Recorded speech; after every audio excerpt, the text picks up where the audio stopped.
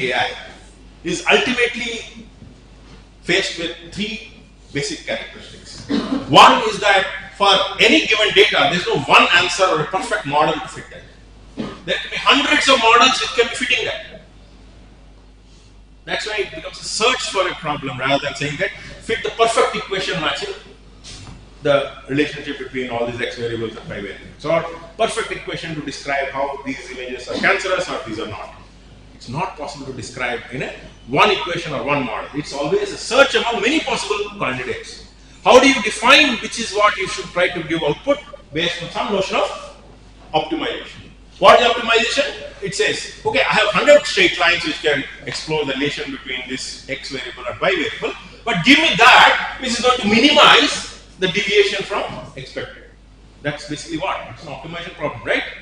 But then when you're doing optimization, you should also understand that there are a lot of times when the input structure of the data is not that you can get any input to give as input for the problem to be solved, because there are constraints in the system.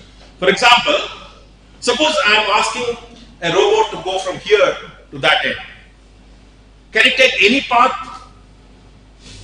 Just to go and hit this, and then understand that there is an obstacle. So there is a constraint in the path it can take.